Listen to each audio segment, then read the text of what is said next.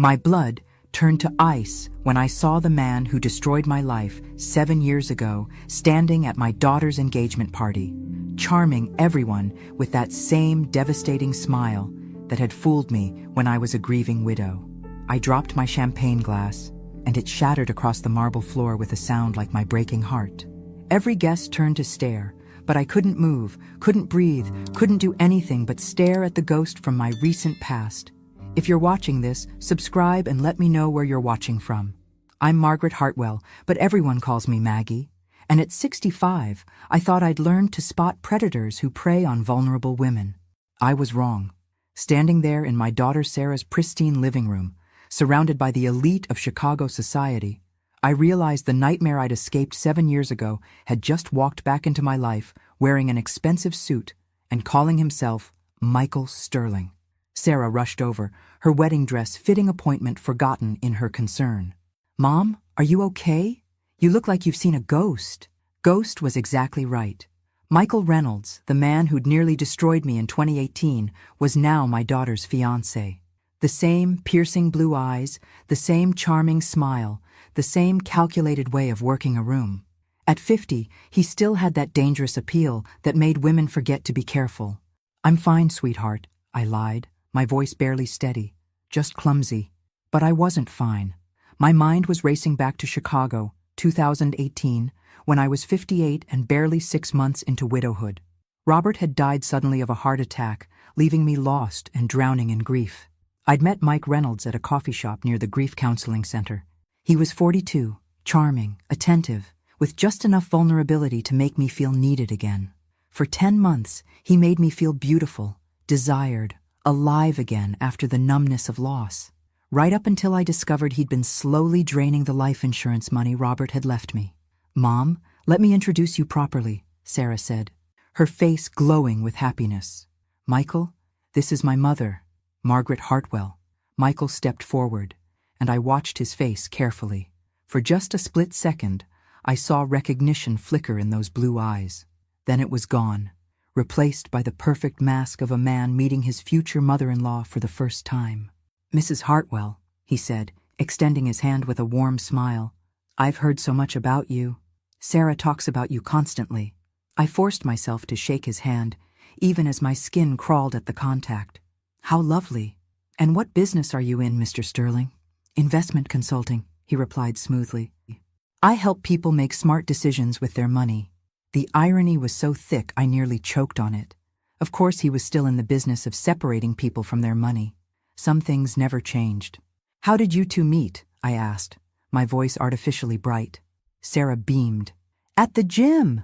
Michael was so persistent, asking me out for 3 weeks before I finally said yes. Persistent. That was one word for it. I remembered how persistent he'd been with me too, showing up at the Grief Counseling Center, offering comfort, understanding, patience. As the evening wore on, I watched him work the room with practiced ease. He remembered everyone's names, asked about their children, their businesses, their interests. It was masterful, really. If I didn't know what he was capable of, I might have been impressed, but I did know, and watching him charm my daughter's friends and colleagues made me sick to my stomach. When the party finally ended and Sarah walked me to my car, she was practically vibrating with happiness. "Isn't he wonderful, Mom? I can't believe how lucky I am." "When's the wedding?" I managed to ask. "October 15th. I know it's short notice, but we don't want to wait. When you know, right?" October 15th. Less than a month away. My heart sank as I realized how little time I had to figure out what Michael was really after. But I had a terrible feeling I already knew. Sarah's trust fund from her father matured when she turned 35 in 18 months. $2.5 million that would make my lost $75,000 look like pocket change. 3 sleepless nights later, I sat in my kitchen at 2 a.m. with my laptop open, diving deep into the internet rabbit hole of Michael Sterling's life. What I found chilled me to the bone, because officially, Michael Sterling didn't exist until January 2020. Before that date, there were no social media profiles, no business records, no digital footprint whatsoever. For a successful investment consultant, that was impossible in today's world. Either he'd scrubbed his entire online presence, or Michael Sterling was a carefully constructed identity. I'd hired a private investigator on Friday. Patricia Newman came highly recommended and specialized in background checks for worried families. When she called Saturday morning, her voice was grim. "Mrs. Hartwell, I need to meet with you today." "This can't wait." We met at a quiet diner on the outskirts of town. Patricia, a no-nonsense woman in her 50s, spread photos and documents across our corner booth. "Michael Sterling is clean as a whistle," she said. "Too clean. No criminal record, excellent credit, successful business. But here's the problem. Every piece of documentation starts in 2020. It's like he was born 5 years ago." She showed me business licenses, tax records, even apartment rental agreements. All began in January 2020. "I did some digging into similar cases," Patricia continued. "This pattern suggests identity theft or witness protection. But witness protection was ruled out through my law enforcement contacts." "What about before 2020?" I asked, though I was pretty sure I knew the answer. "That's where it gets interesting. I found traces of a Michael Reynolds from Chicago who disappeared in 2018 after being investigated for romance fraud. The case went cold when he vanished. My coffee cup rattled against the saucer as my hands shook. What kind of fraud? Targeting widows and divorcees, mostly. He'd provide comfort during vulnerable times, gain their trust, then slowly drain their accounts, usually between $50,000 and $100,000 per victim. I closed my eyes, remembering the $75,000 that had disappeared from my life insurance settlement. The money Robert had left to secure my future. The money Mike had convinced me to invest in his business opportunity. "There's something else," Patricia said, her voice softer now. "I've been tracking similar cases across the country. Phoenix in 2020, Nashville in 2022, Denver in 2023. Always the same pattern: professional women between 28 and 35, quick engagements, sudden disappearances right before the wedding. With their money," I whispered, "with whatever he could get his hands on." The Nashville woman lost her entire inheritance. The Denver victim had her business accounts cleaned out the day before their wedding. I stared at Sarah's engagement photo, which I'd brought to show Patricia, my beautiful, trusting daughter who'd inherited her father's generous heart and would inherit substantial money on her next birthday. "What do I do?" I asked. "If I tell Sarah, she'll think I'm a bitter mother who can't accept her happiness." Patricia nodded grimly. "That's exactly what he's counting on. These men are experts at isolating their victims from family members who might see through their act." I thought about the past few months, how Sarah had gradually pulled away from me. Canceled dinners, rushed phone calls, always with some excuse about being busy with Michael's social obligations. He's already started turning her against me, I realized. It's textbook behavior. But here's the thing, Mrs. Hartwell. You're the first person I've met who actually knew him before. You're the key to stopping him. As I drove home, my mind was spinning with possibilities. I had to find a way to expose Michael without looking like the jealous ex. I had to protect Sarah without losing her completely. The problem was, I was dealing with a master manipulator who'd had 7 years to perfect his next move. And he had something I didn't: Sarah's complete trust and love. But I had something he didn't know I possessed: the memory of exactly how he'd betrayed me before. And this time, I wasn't a grieving widow with clouded judgment. This time, I was ready for war. Sunday dinner at Sarah's had always been our tradition. But sitting across from Michael Sterling at her dining room table felt like being trapped in a nightmare. He'd insisted on cooking some elaborate Italian dish that probably cost more than I spent on groceries in a month. "This is delicious, honey," Sarah gushed, reaching over to squeeze his hand. "Mom, you have to get the recipe." "Oh, I doubt I could recreate Michael's magic," I replied with my sweetest smile. "I'm sure it requires very expensive ingredients." Michael's laugh was perfectly pitched. "Actually, it's quite simple. The secret is taking time to build trust with your ingredients. Let them blend naturally." The double meaning wasn't lost on me. I'd bet he was excellent at building trust with vulnerable ingredients. "So, Michael," I said, cutting into my chicken, "Sarah mentioned you're from the East Coast originally. Where exactly?" "Boston," he replied without hesitation. "Moved around a lot for work, though. Los Angeles, Phoenix, Nashville." My fork stopped halfway to my mouth. He'd just confirmed Patricia's research without realizing it. Same cities, same timeline. "How interesting. What brought you to Chicago?" His eyes met mine across the table. Sometimes life brings you exactly where you need to be, when you need to be there. Sarah looked between us, sensing something in the air but not understanding what. Michael says Chicago feels like home now. Don't you, sweetheart?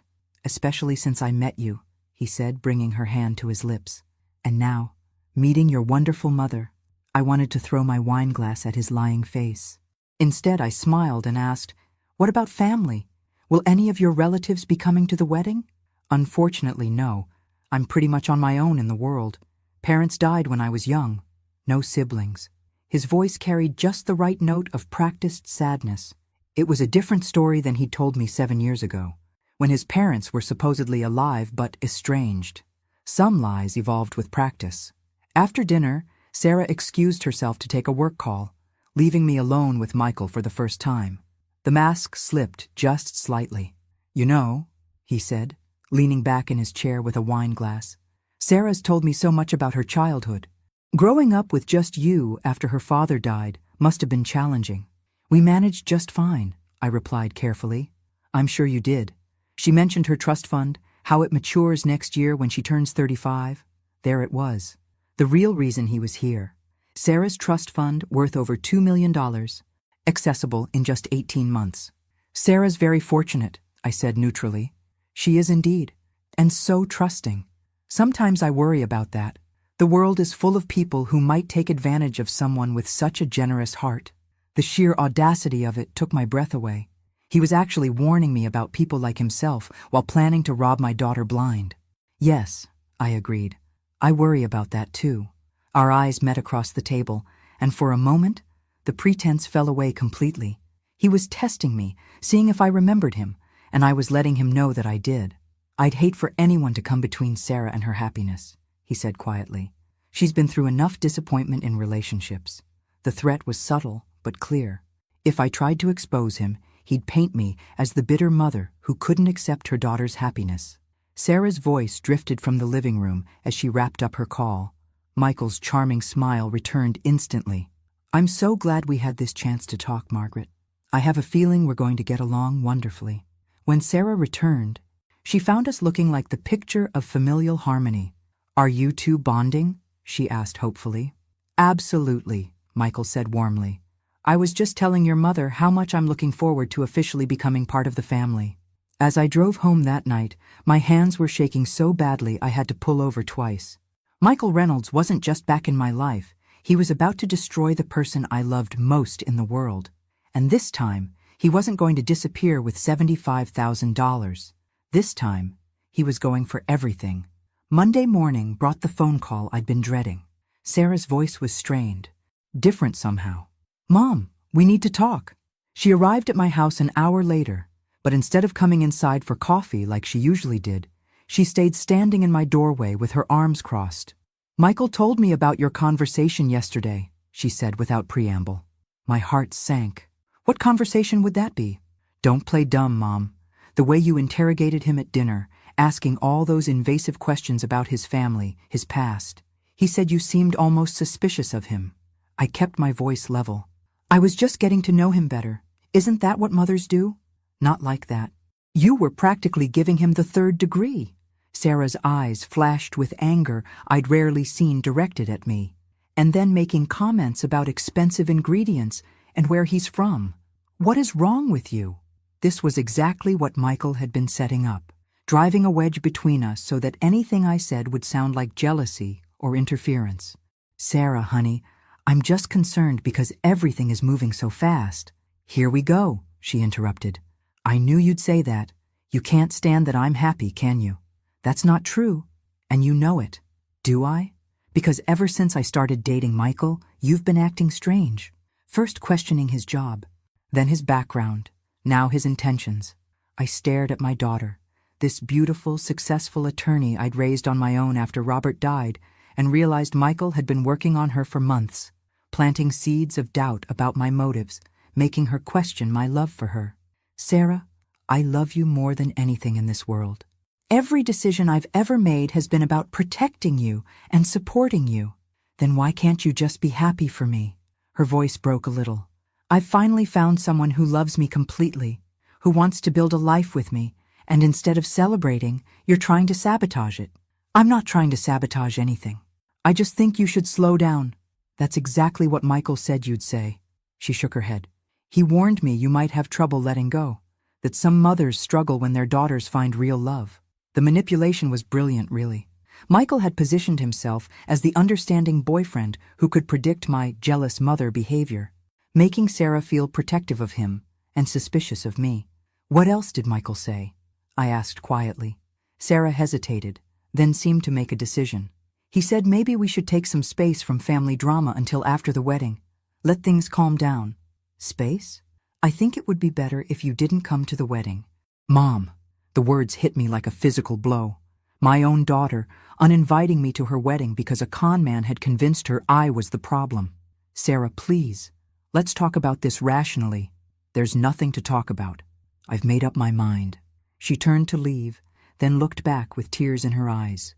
I hoped you'd be different, Mom. I hoped you'd want me to be happy. After she left, I sat in my kitchen and cried harder than I had since Robert died. Michael had played this perfectly.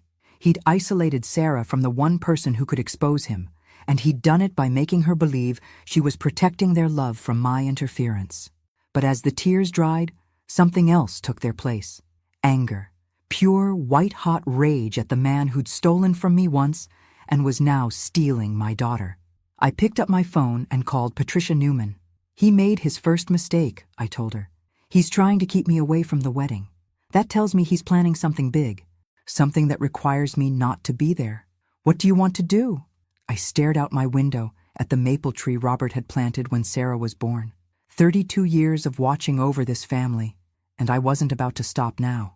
I want to know everything about Michael Reynolds, I said. Every woman he's ever scammed, every lie he's ever told. And then I want to save my daughter, whether she wants to be saved or not. Patricia's investigation over the next week revealed a pattern so disturbing I could barely sleep. Michael Reynolds wasn't just a con man. He was a predator who specifically targeted women at their most vulnerable moments. Look at this, Patricia said, spreading photographs across my dining room table. Denver, 2023. Rebecca Morrison, 34, recently divorced, inherited her grandmother's antique jewelry business. Michael showed up 6 months after her divorce was finalized. The photo showed a lovely blonde woman with kind eyes, standing next to a man I now recognized as my daughter's fiancé. He looked exactly the same as he did now, like he'd found some fountain of youth. Nashville, 2022. Jennifer Walsh, 38, lost her husband in a motorcycle accident, collected a substantial life insurance payout. Another photo, another beautiful woman, same predatory smile on Michael's face. Phoenix, 2020. Catherine Chen, 36, tech executive who just sold her startup. The pattern was unmistakable. Successful women between 30 and 40, recent life changes, substantial assets, just like Sarah, who'd recently made partner at her law firm and whose trust fund was approaching maturity. What happened to them? I asked, though I dreaded the answer. Rebecca lost $180,000. Her business collapsed within 6 months of him disappearing. She's working as a waitress now. Jennifer lost her house, had to move back in with her parents. Catherine, Patricia paused. Catherine had a nervous breakdown. She's still in therapy. I closed my eyes, imagining Sarah's face when she discovered the man she loved had destroyed her life. The betrayal would break something fundamental in her, just like it had been broken in me 7 years ago. There's something else, Patricia continued. I found records of him using different names. Before Michael Sterling, he was Marcus Sterling, then Mitchell Stone, then Matthew Reynolds. Different initials each time, I observed. Exactly. Makes him harder to track. But here's the interesting part. In every case, he disappeared exactly 1 week before the wedding. 1 week? Like clockwork. Gets them to consolidate their accounts for wedding expenses, transfers everything to a joint account for their new life together, then vanishes the night before the final transfer. I stared at the calendar on my phone. October 15th was 12 days away. We don't have much time, I said. Actually, we do. If he sticks to pattern, he won't make his move until October 8th. That gives us 5 more days to gather evidence. But evidence of what? Even if we proved Michael Sterling was really Michael Reynolds, Sarah was so thoroughly convinced I was the villain that she'd probably think I'd fabricated everything out of spite. I need to approach this differently, I realized. I need to make him expose himself. Patricia looked concerned. Mrs. Hartwell, this man is dangerous. Not physically, maybe, but psychologically. He's had 7 years to plan this revenge. So have I said grimly. He thinks he's dealing with the grieving widow he manipulated in 2018. He has no idea what losing that $75,000 taught me about predators. That afternoon, I drove to Sarah's office building and waited in the parking garage. I knew she usually worked late on Tuesdays, and I was betting Michael didn't know her schedule as well as he pretended to. At 7 p.m., Sarah emerged from the elevator, looking tired but happy. She was on her phone, probably with Michael, laughing at something he was saying. When she saw me standing by her car, her expression hardened.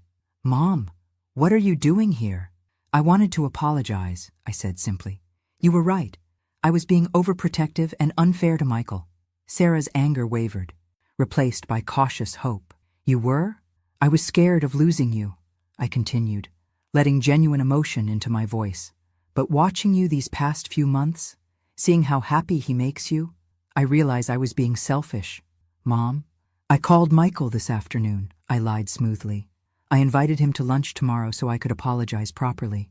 Clear the air between us." Sarah's face lit up. "You did? I want to give him a chance to know the real me, not the suspicious mother, and I want him to know he has my blessing." As I drove home, I knew I was taking a massive risk. If my plan backfired, I'd lose Sarah forever.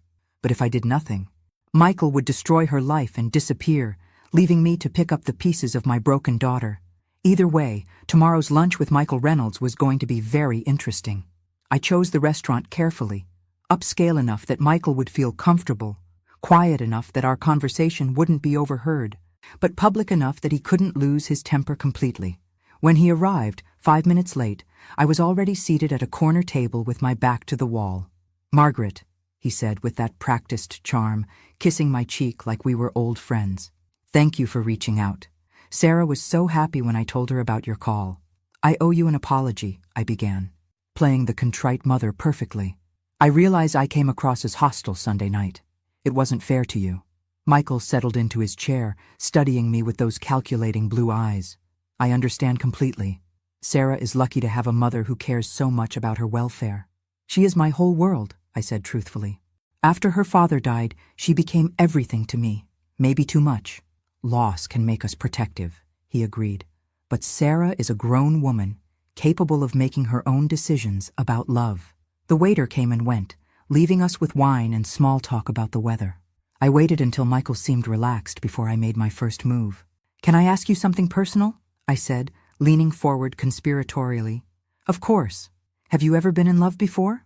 For just a split second, something flickered in his eyes, something that looked almost like recognition. "Once," he said carefully, "many years ago. But it didn't work out." "What happened?" I pressed gently. "She was older, going through a difficult time. I thought I could help her heal, but..." He shrugged elegantly. "Sometimes timing is everything." My heart rate spiked, but I kept my expression sympathetic. He was talking about me, but describing it like a failed romance instead of the financial devastation he'd caused. That must have been painful. It was. But you know what they say, everything happens for a reason. If that relationship hadn't ended, I might not have been ready to appreciate someone as special as Sarah. I sipped my water, watching him carefully. He seemed genuinely relaxed, almost nostalgic. Either he was an incredible actor, or he actually didn't recognize me. "I'm sure she was lovely," I said carefully. "She was. Beautiful, intelligent, vulnerable. She'd recently lost her husband and was struggling with grief. How sad." "What was her name?" "Margaret, actually." His eyes met mine with what looked like innocent coincidence. "Margaret Thompson, though she went by Maggie. Funny how life works, isn't it? Here I am, about to marry the daughter of another Margaret." The blood drained from my face so quickly I thought I might faint. He knew. He'd known all along who I was, but his expression remained perfectly pleasant, almost fond. Small world, isn't it? I stared at him, my mind racing. When had he figured it out? The engagement party? Earlier? You remember her, I whispered. Of course I do. I've thought about her often over the years, wondered what happened to her, whether she ever found happiness again. He leaned forward slightly. I hope she did. She deserved better than what I gave her. The restaurant seemed to tilt around me. This wasn't the confrontation I'd expected. Where was the threat, the menace, the calculating predator? Why? I breathed. Michael's smile was sad, almost wistful. Because I was young and stupid and thought money mattered more than people. I've regretted it every day since. He signaled the waiter for the check, then looked back at me with what seemed like genuine emotion. If you ever see her again, Margaret, tell her I'm sorry. Tell her I became the man she deserved, too late to matter. As he stood to leave, he placed his hand gently on my shoulder. Thank you for lunch, and for giving me a chance. Sarah is lucky to have a mother who loves her so much. As I watched him walk away, I sat in stunned confusion. Either Michael Reynolds was the greatest actor who'd ever lived, or something had fundamentally changed about him in the past 7 years. But as I replayed the conversation in my mind, one thing became crystal clear. He absolutely knew who I was, and for reasons I couldn't understand, he was playing a completely different game than I'd expected. I sat in that restaurant for 20 minutes after Michael left, my mind spinning with confusion. His performance had been flawless, full of remorse and apparent growth. But 7 years of healing from his betrayal had taught me to recognize manipulation in all its forms, even when it came wrapped in apologies. My phone buzzed with a text from Sarah. Mom, Michael said lunch went beautifully. He's so grateful you're giving him a chance. I'm so happy we can all be family. Love you. The manipulation was evolving. Instead of threats, he was using apparent vulnerability and remorse to lower my guard, make me question my own instincts. I drove straight to Patricia's office. She took one look at my face and knew something had shifted. He's playing a completely different game, I said, and told her everything about lunch. Patricia frowned. The reformed bad boy angle, that's sophisticated. But he definitely knew who I was? Absolutely. The Margaret Thompson reference, the details about your grief, that wasn't coincidence. He's been planning this approach since he identified you. I paced her office. So what's his real endgame? If he's genuinely changed, why target Sarah specifically?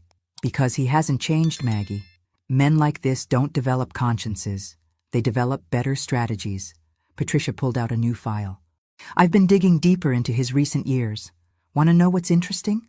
Every one of his victims in the past 5 years has been the daughter or close relative of a previous victim. The blood drained from my face. What? Phoenix, 2020. Catherine Chen's victim wasn't random. Her aunt, Linda Chen, was scammed by Michael in Portland, 2019. Nashville, Jennifer Walsh. Her sister Emma Walsh was his victim in Atlanta, 2021. He's been systematically targeting families?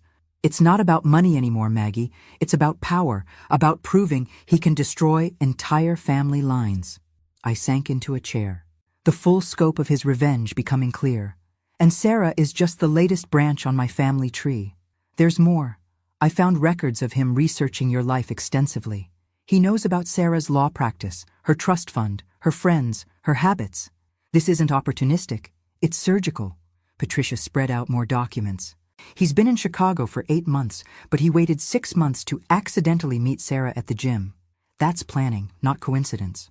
I called Jennifer Morrison immediately. I need you to do something dangerous, I told Sarah's best friend. After what you told me about the seduction attempt? I'm in. Not that kind of dangerous. I need you to research something for me. Quietly. What? I need to know if Michael has contacted any of Sarah's other friends. Anyone from law school, college, her social circle.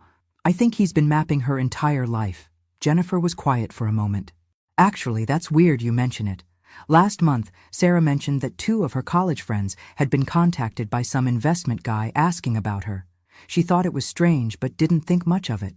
My heart sank. Did she tell Michael about it? Probably. She tells him everything. After hanging up, I stared at Patricia's evidence board. Photos of victims, timelines, financial records. Michael Reynolds had turned revenge into a science. What do we do? I asked. We fight science with science. I've been in touch with an FBI agent, David Chen, Catherine's brother. He's been building a federal case against Michael for years. FBI involvement? Cross-state fraud? Identity theft? Financial crimes exceeding federal thresholds? We have enough to arrest him, but... Sarah would never forgive you. She'd think you destroyed her happiness out of spite. I stared out Patricia's window at the Chicago skyline.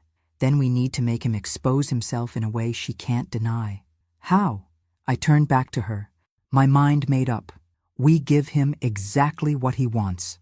My plan was deceptively simple. Make Michael think he'd won completely, then document his real intentions when his guard was down. It required me to become bait, and it was incredibly dangerous. But I'd learned something important from our lunch. Michael's ego was his weakness. He couldn't resist proving how clever he was. Jennifer agreed to help, despite the risks. We'd arrange a scenario where Michael thought I was completely defeated and no longer a threat to his plans. "This is insane, Maggie," Jennifer said as we sat in her apartment planning. "What if he actually goes through with marrying Sarah?" "He won't. Men like Michael don't commit long-term unless there's a bigger payoff. Once he has access to her trust fund, he'll disappear." "And if you're wrong?" I didn't answer because I couldn't bear to consider that possibility. The setup was elegant. Jennifer would tell Sarah that I'd had a minor accident, nothing serious, but enough to require a few days of bed rest. This would explain my absence, while making me seem harmless and defeated. Meanwhile, Patricia would approach Michael directly, posing as a private investigator hired by a suspicious family member. She'd warn him that someone was investigating his background, but she'd been convinced he was legitimate and was calling off the investigation. The key was making him feel completely secure, untouchable. Wednesday evening, Jennifer called Sarah with news of my accident. I waited in Jennifer's guest room, feeling like a fraud for making my daughter worry, but knowing it was necessary. 20 minutes later, Sarah called. "Mom, I just heard about your fall. Are you okay? I'm coming over right now." "No, sweetheart," I said weakly. "I'm fine, just embarrassed. It was so silly tripping over my own feet." "But you could have a concussion.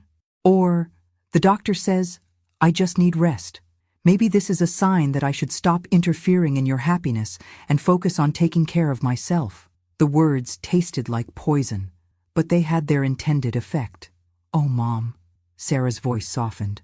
"I never wanted you to get hurt. I just wanted you to trust my choices." "I do trust your choices. Michael is wonderful, and I was wrong to be suspicious." After we hung up, I felt sick, but within an hour my phone rang. Michael's number. "Margaret, I heard about your accident. Are you all right?" "I'm fine, just feeling foolish. These things happen. Listen, I was thinking, maybe I could bring you some soup tomorrow. I make a mean chicken noodle, and it might be a peace offering." "That's very kind, but I don't want to impose." "It's no imposition. Family takes care of family, right?" The word family sent chills down my spine, but I agreed. Tomorrow, Michael Reynolds would come to Jennifer's apartment thinking he was visiting a defeated enemy. Instead, he'd be walking into a carefully constructed trap. But as I lay in Jennifer's guest bed that night, I couldn't shake the feeling that I was the one being trapped.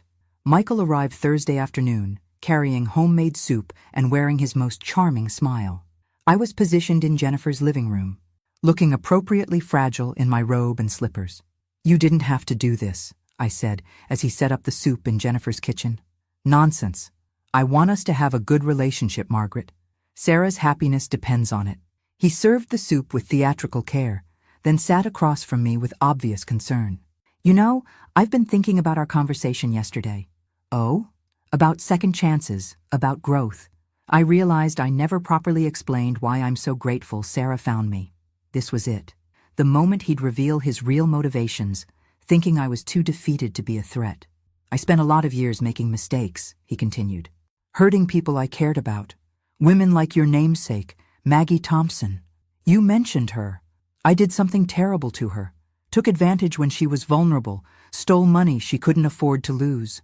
His voice carried perfect remorse. "For years I told myself she'd be fine, that she was strong enough to recover. I kept my expression neutral, even as my heart pounded. But I found out recently that she never really recovered, never remarried, never fully trusted anyone again. I destroyed something fundamental in her." He leaned forward, eyes glistening with apparent emotion. "Do you know what that feels like, Margaret? Knowing you've permanently damaged another human being? I imagine it's quite difficult." I managed. It is, which is why when I met Sarah, I saw an opportunity for redemption. How so? Michael's mask slipped just slightly, and I caught a glimpse of something cold and calculating beneath the remorse. By giving Sarah everything I took from her mother, love, security, protection, by making sure she never experiences the kind of betrayal that destroyed Maggie Thompson. The irony was breathtaking. He was describing his plan to destroy my daughter as an act of redemption for destroying me. That's very noble, I said carefully. I like to think so. Sarah will never want for anything, never question whether she's loved, never worry about her future. Because you'll take care of everything? Exactly. Her finances, her decisions, her connections. I'll protect her from every possible source of harm, including me, I realized. He wasn't planning to steal Sarah's money and disappear. He was planning something much more sinister, complete control. Turn her into a psychological prisoner while looking like the perfect husband. She's lucky to have found you, I said, fighting to keep my voice steady. We're both lucky. Though I have to say, your accident has been a blessing in disguise. How so? Michael's smile turned predatory. It's shown Sarah how fragile family relationships can be, how important it is to hold on to the people who really matter. I don't follow. Well, if something were to happen to you, another fall, a health scare, anything really, Sarah would need someone strong to lean on, someone who could help her through the grief and guide her decisions during such a difficult time. The threat was clear. He wasn't just planning to isolate Sarah from me, he was planning to eliminate me entirely. Make it look like natural causes, maybe another accident, leaving Sarah completely dependent on him. I'd thought I was setting a trap for Michael, but I'd walked directly into his. That evening, after Michael left with promises to check on me tomorrow, I sat in Jennifer's living room with Patricia and FBI agent David Chen, reviewing the recordings we'd captured. It's not enough, David said grimly. Talking about taking care of someone isn't the same as confessing to planning their murder. But the threat was clear, I started. To you, yes, but a defense attorney would argue he was expressing concern about your health, especially given your recent accident. Patricia leaned forward. What about the financial fraud evidence? Strong, but circumstantial for this specific case. He hasn't actually taken any money from Sarah yet. I felt the walls closing in. So we wait until he destroys her life? Or until he makes a more concrete move? David pulled out a thick file. There is something else, though. Something I haven't told you yet. He opened the file to reveal surveillance photos of Michael from various cities. We've been tracking him for 2 years. The family targeting isn't random revenge. It's systematic elimination of witnesses. My blood ran cold. What do you mean? Every woman he scammed in the past 5 years has either died in accidents or disappeared completely within 18 months of his initial contact. Patricia went white. You're saying he's killing his victims? We can't prove it yet, but the statistical probability of that many accidental deaths among his victim pool is essentially 0. Why didn't you tell me this before? I demanded. Because we needed you to act naturally. If you'd known he was potentially a serial killer, your behavior would have changed. I thought about the soup Michael had brought me, how insistent he'd been that I eat it. Jesus, the soup. We had it tested, David said quickly. Clean, but it shows he's probing for opportunities. What about Sarah? Is she in immediate danger? Not yet. His pattern is to secure legal access to their assets first. Marriage, joint accounts, power of attorney. Then the accidents happen. So, we have until the wedding. We have until the honeymoon, David corrected. That's when they typically disappear. The room fell silent as the full horror of Michael's plan became clear. He wasn't just going to steal from Sarah and disappear. He was going to marry her, take control of her assets, then kill her and start the cycle over again with someone else's daughter. What do we do? I whispered. David closed the file. We accelerate the timeline, force him to make a mistake before the wedding. How? By making him think you're about to expose everything. I stared at him. You want me to confront him directly? With backup, wired for sound, in a controlled environment. Make him think you've figured out his real plan and are about to tell Sarah everything. That's incredibly dangerous. Yes, it is. But it's the only way to get him to confess to something actionable. I thought about Sarah, about the beautiful life she'd built for herself, about the future Michael intended to steal from her. When? I asked. Tomorrow night. Sarah's at that legal conference until Sunday, right? Perfect timing. As I drove home that night, my hands shaking on the steering wheel, I realized I was about to face a man who'd turned murder into an art form. But for the first time in 7 years, I felt ready for him. Because I wasn't the grieving widow he'd manipulated in 2018. I wasn't even the suspicious mother he'd charmed at lunch. I was a woman who'd spent 7 years learning to recognize predators. And tomorrow night, this particular predator was going to discover just how much I'd learned. The confrontation was set for Saturday evening at Michael's apartment. David Chen and his team would be positioned outside while I wore a wire designed to capture everything Michael said. Remember, David coached me in the van. Your goal is to make him think you know everything and are about to tell Sarah. His ego won't let him be outsmarted by someone he considers inferior. What if he gets violent? He won't. Violence isn't his style. Too messy, too risky. He prefers subtle elimination. I walked up to Michael's building with my heart pounding, knowing this was either going to save my daughter or get me killed. Michael answered the door in casual clothes, looking relaxed and confident. Margaret, what a surprise. How are you feeling? Much better, thank you. Can we talk? Of course, come in. His apartment was impeccable, sterile, with no personal touches, like a hotel room for someone just passing through. Can I get you something to drink? He offered. No, thank you. Michael, I need to tell you something important.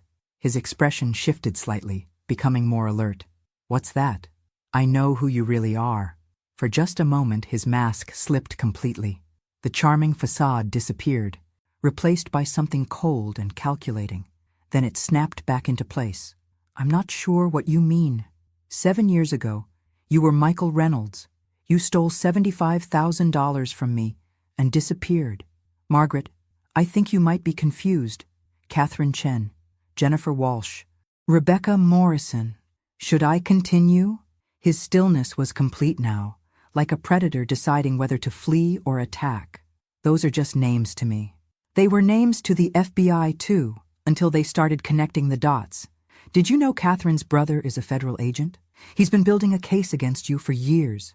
Michael moved to his kitchen, casually opening a drawer. I couldn't see what he was reaching for, but I kept talking. Here's what I find fascinating, I continued. You told me yesterday about wanting to redeem yourself by protecting Sarah from the kind of betrayal you inflicted on me. Very poetic. I meant every word. I'm sure you did. But we both know protection isn't what you have in mind. What do you think I have in mind, Margaret? This was it. The moment that would either expose him or end my life. I think you're going to marry my daughter, gain control of her assets, then arrange a tragic accident during your honeymoon. Just like you've done with every other woman who trusted you. Michael's hand stopped moving in the drawer. When he turned back to face me, the mask was gone completely. Prove it, he said quietly. I don't have to prove anything. I just have to tell Sarah the truth about who you really are. And you think she'll believe you? Her bitter, paranoid mother who's been trying to sabotage her happiness from day one? She'll believe the FBI. They have evidence connecting you to 6 murders across 4 states. No, Michael said, his voice taking on a dangerous edge. They have suspicious deaths and convenient coincidences, no evidence. Then you have nothing to worry about.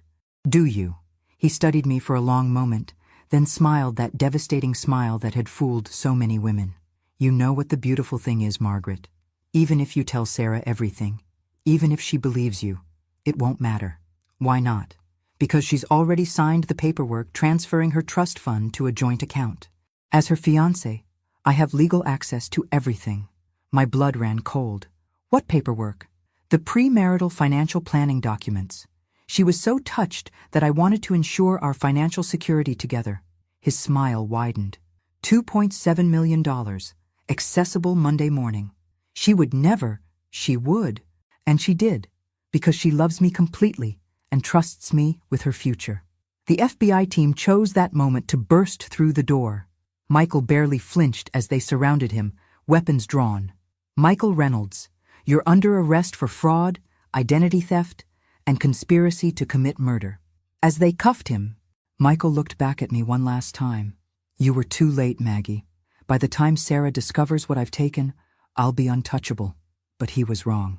Because while he'd been planning his perfect crime, Sarah had been planning something too.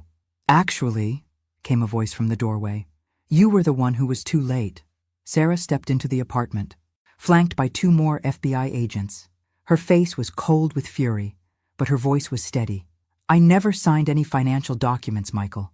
The papers you had me sign were fake, props provided by the FBI.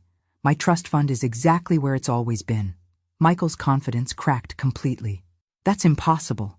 "What's impossible," Sarah said, "is that you thought I wouldn't notice my own mother conducting a surveillance operation. Did you really think I didn't know she was staying at Jennifer's? That I wouldn't figure out why?" She looked at me with tears in her eyes but steel in her voice. "I've known something was wrong for weeks. I just needed proof." 2 years later, the man we'd known as Michael Reynolds was sentenced to life in prison for 6 counts of first-degree murder and multiple counts of federal fraud. His real name was Marcus Webb, and his victims stretched back nearly 15 years. Sarah returned to her life stronger and more cautious, having learned that love without verification is just vulnerability. She eventually met someone worthy of her trust, but she never made another financial decision without asking my opinion first. And me? I learned that sometimes the best way to protect the people you love isn't to shield them from the truth. It's to trust them to handle it when the time is right. Some battles require a mother's fierce protection, but some require teaching your child to fight alongside you. Either way, family wins in the end. Thanks for listening. Don't forget to subscribe and feel free to share your story in the comments. Your voice matters.